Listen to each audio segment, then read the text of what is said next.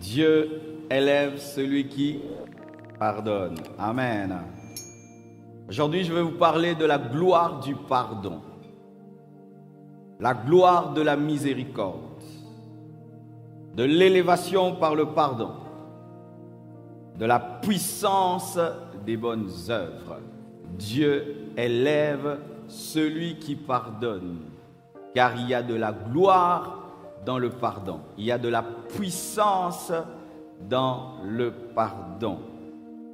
Matthieu 5, verset 7 nous dit déjà que le pardon donne le bonheur. Heureux les miséricordieux, car ils obtiendront miséricorde.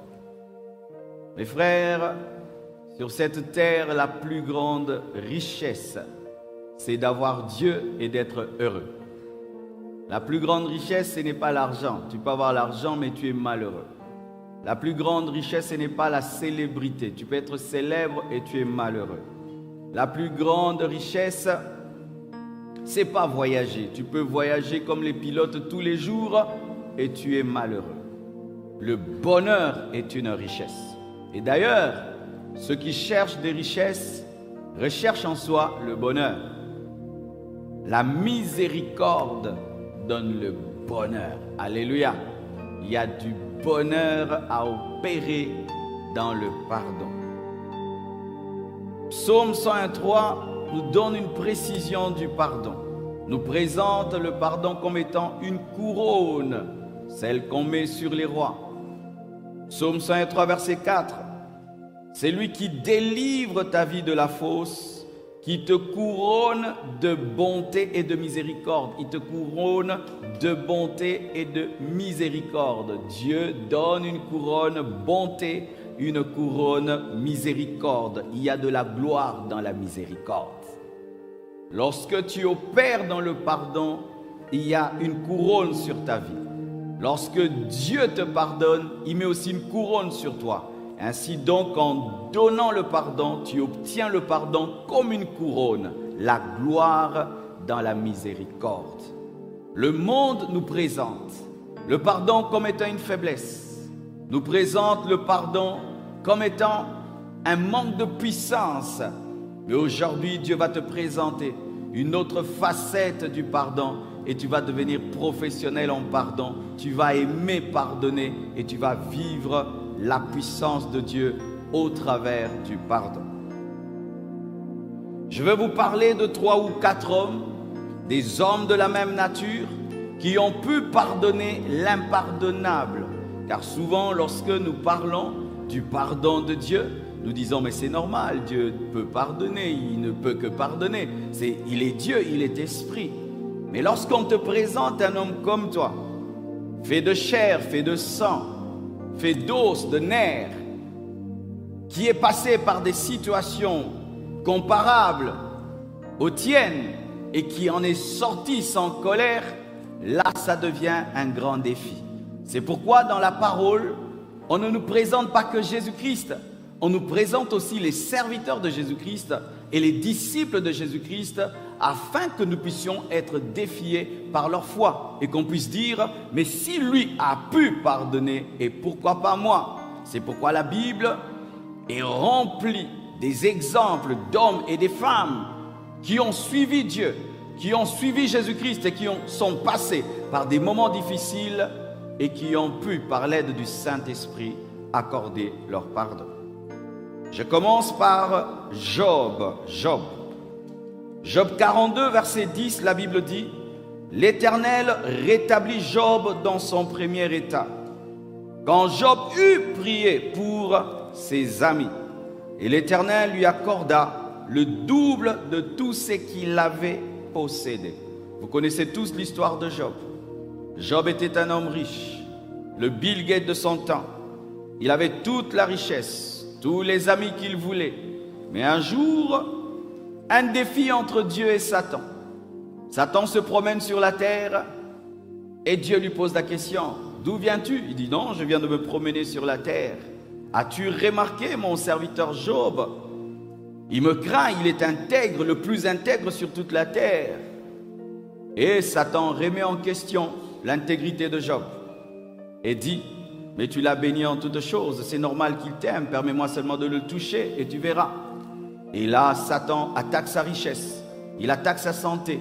Il tue tous ses enfants. La femme de Job lui dit, maudit Dieu et meurt. Elle veut se débarrasser de ce mari pauvre et malade, maudit. Ses amis l'abandonnent. Ses amis le critiquent. Ses amis prennent la parole de Dieu contre lui et ne lui manifestent pas de la compassion. Restent dans leur sainteté alors que lui souffre. Commence à chercher à discerner son problème alors qu'il a besoin de compassion. Alors que lui les a aidés lorsqu'il était riche, les a aidés lorsqu'il était fort. Et lui, quand il traverse des moments de maladie, de pauvreté, ses meilleurs amis commencent à le juger, à le critiquer, à dire qu'il a péché, à dire qu'il est maudit, à dire qu'il a un problème spirituel, à dire qu'il doit se repentir. Vous savez, des fois, les personnes très saintes sont très méchantes. Ouais, frère, si à ta sainteté, tu n'ajoutes pas l'amour, tu vas faire du mal aux gens. Parce que quand tu n'es que dans la sainteté sans amour, tu vas oublier la compassion. Tu vas oublier des fois, d'oublier tous les versets bibliques que tu as et de pleurer avec quelqu'un qui pleure. Et eux, ils ont oublié qu'ils avaient un moribond devant eux. Ils ont oublié qu'ils avaient un homme faible qui avait perdu ses enfants. En un jour, un homme qui était en deuil, ils viennent dans son deuil pour le juger. Ils viennent dans son deuil pour le condamner. Ils viennent dans son deuil pour l'amener à se repentir. Et même s'il avait commis le péché, c'était le moment. La Bible dit que même ton ami, ton ennemi, dans les temps de péché, de ton ami dans les temps de péché, a besoin de ta compassion. Mais nous sommes toujours en mode répands-toi, en mode répands-toi, en mode répands-toi, en mode répands-toi. Des fois, tu dois mettre de côté ta justice et opérer dans l'amour. Et Job n'avait pas péché. Ces hommes parlaient dans les Écritures, mais n'avaient pas la révélation de ce qui s'était passé entre Dieu et Satan. C'est pourquoi, frère, même si tu connais beaucoup, tu ne connais pas tout. Apprends des fois à te taire devant la vie des autres quand tu ne comprends rien. Et arrête d'avoir toujours ton seul verset unique que tu adaptes à tout le monde. C'était ça leur problème. Ils avaient une doctrine. Si tu souffres, donc Dieu t'a frappé. Ils n'avaient pas la doctrine de l'épreuve. Ils avaient la doctrine, si tu es malade, donc tu as péché. Et c'est ça aussi nous pensons. Oh, si un homme de Dieu est malade, donc Dieu l'a frappé. Si un homme de Dieu a des problèmes, donc Dieu l'a frappé. Je connais un homme de Dieu, son enfant est allé nager dans la piscine et son enfant est mort. Les gens ont dit que Dieu l'a frappé et d'autres ont dit qu'il a bouffé son enfant. Il est en train de pleurer son enfant, on est en train de le taxer de magicien et de pécheur. Combien de fois nous sommes les amis de Job? Combien de fois nous allons dans les deuils, au lieu de compatir, nous allons critiquer? Nous allons chercher à savoir pourquoi la personne est morte et pourquoi, et nous cherchons toujours un coupable. Et lui, il n'avait pas perdu qu'un enfant. Tous ses enfants, tous ses biens, toute sa richesse. Tu t'imagines quel niveau de haine tu peux avoir? Certains au milieu de vous, vous avez de la haine seulement parce que quand tel est parti, on vous a pris la maison. Certains au milieu de vous, vous êtes dans la haine parce que Dieu vous a pris quelqu'un, un membre de famille qui était important.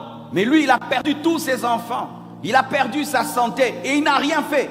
Ce n'était pas qu'un homme riche, c'était l'homme le plus intègre. Et il pouvait dire, Dieu, tu me récompenses ainsi, c'est comme ça que tu payes ma sainteté.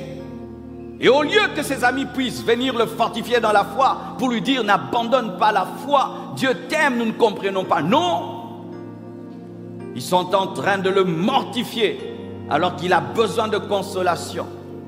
Et dans des temps pareils, plus que jamais on a besoin de son épouse. C'est quand son épouse pense au remariage. Et comme elle sait qu'elle ne peut pas partir, elle désire sa mort. Tes amis t'abandonnent, te jugent. Ta femme désire ta mort. Tes amis sont partis. Quel niveau de colère tu auras en toi? Tout le tableau était peint pour que Job tombe dans la haine, pour que Job tombe dans la colère et qu'il rende le mal pour le mal, qu'il abandonne même Dieu, qu'il puisse maudire sa femme et puisse maudire ses amis. Mais dans tout cela, dit la Bible, Job ne pécha point. Il n'a péché ni devant Dieu, ni devant ses amis. Il a gardé sa bouche et il s'est gardé de tomber dans la haine.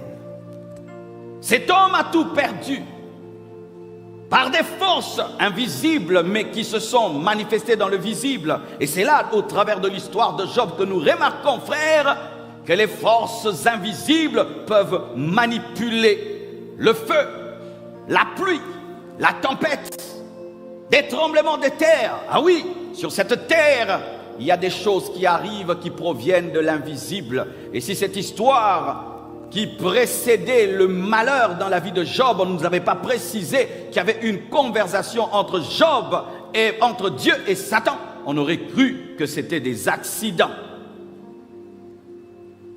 Regardez cet homme, malade, pauvre, lui qui a vécu dans la richesse, en train de se gratter avec un morceau j'oublie le terme.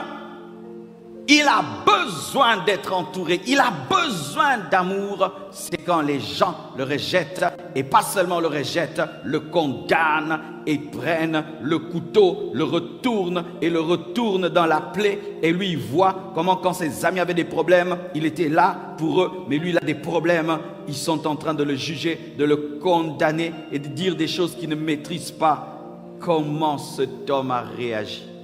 Il n'a pas réagi dans la haine. La Bible nous dit, comme je l'ai dit, l'Éternel rétablit Job dans son premier état. Donc il est redevenu l'homme le plus riche. Quand Job eut prié pour ses amis, quand? C'était ça la clé. Quand seulement il a béni ses amis. Des hommes qui ont été déloyaux. Des hommes qui l'ont abandonné dans ces moments difficiles. Des hommes qu'il devait haïr. Mais il a refusé de haïr. Il a refusé de maudire et il a prié pour eux. Quand seulement il a fait cela, la couronne est tombée sur sa tête. Quand seulement il a prié pour eux, quand seulement il a donné la miséricorde, la couronne est venue sur sa tête et il est devenu plus riche. Il a reçu le double. Et je remarque dans la parole, les personnes qui pardonnent reçoivent le double. Les personnes qui pardonnent reçoivent le double. Dieu lui a rendu le double de ce qu'il avait perdu. Et un détail est donné au sujet de ses enfants, c'est que ses prochains enfants, 3 filles et 7 garçons qui sont venus, étaient plus beaux que les premiers, plus intelligents que les premiers. Et il y avait une particularité dans la vie de ces filles, c'est que ces filles avaient le droit d'hériter avec leurs frères, ce qui n'était pas le cas pour les premières. C'était des filles émancipées, alléluia, et qui connaissaient leurs droits et qui avaient part à l'héritage de leurs propres frères. Même les filles qui sont venues étaient supérieures aux filles qui étaient parties par la puissance du pardon. Le pardon te permet de redécouvrir ce que tu avais perdu, de reavoir ce qui était parti, d'être rétabli, d'être restauré. La puissance du pardon. Pardonne et Dieu t'élèvera. Pardonne et Dieu t'élèvera. Pardonne et Dieu t'élèvera. Pardonne et Dieu t'élèvera. Pardonne et Dieu t'élèvera. Alléluia. Il n'a pas seulement pardonné à ses amis, il a même pardonné à sa femme. Parce qu'il n'a pas eu ses enfants avec d'autres femmes. Il a eu ses enfants avec la même femme qui lui a dit « Maudit Dieu et meurs ». Il a pardonné cette femme. Elle est revenue dans sa maison. Elle est revenue dans ses voitures. Même si elle voulait se séparer de lui, Job a engrossé cette femme. Ah oui, 10 fois il lui a pardonné. Une femme qui a voulu qu'il meure, 10 fois il a eu des enfants avec cette femme, mais il pouvait chaque fois lui rappeler, mais toi, tu m'avais abandonné, mais toi, non. Dans sa vieillesse et dans sa gloire, il a pris cette même femme qui voulait l'abandonner. Allez prendre ces personnes qui vous avaient fait du mal et qu'elles puissent bénéficier de votre bénédiction. Qu'elles puissent bénéficier de votre bénédiction. C'est ça la parole. C'est ça la parole. Mais beaucoup d'entre nous disons, non, tu ne mangeras pas à ma restauration. N'est-ce pas que tu m'avais abandonné? Tu ne goûteras pas ma bénédiction. Cette femme qui a voulu sa mort a eu 10 enfants avec lui. Elle est entrée dans sa gloire, dans sa double gloire, dans sa richesse. Job avait pardonné et Job est devenu l'homme le plus riche et plus riche qu'auparavant. La puissance du pardon, la gloire de la miséricorde, la couronne de la miséricorde, qu'elle vienne sur toi lorsque tu pardonneras. Elle viendra sur toi. Mon frère, ose appliquer le message de ce soir et une couronne viendra dans ta vie. Je répète, ose pratiquer le message de ce soir et une couronne viendra dans ta vie. Des hommes de la même nature que nous. Donc s'ils peuvent faire ces choses, nous les pouvons aussi qui le croient. Qui croit qui peut faire comme Job? Qui croit? Parce que vous n'êtes pas là pour apprendre, vous êtes là pour pratiquer. Vous devez pratiquer cette parole. Alléluia. Bénis tes amis qui t'ont abandonné. Prie pour eux et tu seras plus grand qu'eux. Prie pour eux et tu seras plus grand qu'eux. Je dis, prie pour eux et tu seras plus grand qu'eux. Celui qui prie, c'est celui qui devient le plus grand. Celui qui donne la miséricorde devient plus grand que celui qui la reçoit. Alléluia. Frère, donnez la miséricorde, Dieu vous donnera la gloire. Tu veux la gloire, donne la miséricorde. Prie pour les gens qui te maltraitent, qui te font souffrir. Deviens leur intercesseur et Dieu va te payer la gloire.